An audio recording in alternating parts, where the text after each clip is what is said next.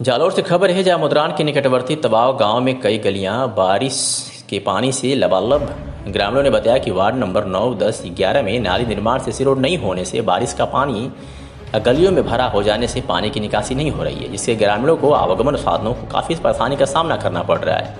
कि मार्ग के दोनों तरफ नालियाँ नहीं होने से स्थल भाग के नीचे होने से बारिश के मौसम में पानी का भराव हो जाता है, जिससे राहगीरों को काफ़ी परेशानी का सामना करना पड़ रहा है। कहीं बाइक सवार पानी का भराव होने से फिसल कर चोटिल हो जा रहे हैं, तो पैदल भी चलना मुश्किलों भरा सामना करना पड़ता है। मगर ग्राम पंचायत की अनदेखी नजर आ रही है। ग्रामीणों का कहना है कि हमने कई बार ग्राम पंचायत अधिकारियों को सूचित किया, मगर कोई समाधान नहीं हो रहा है।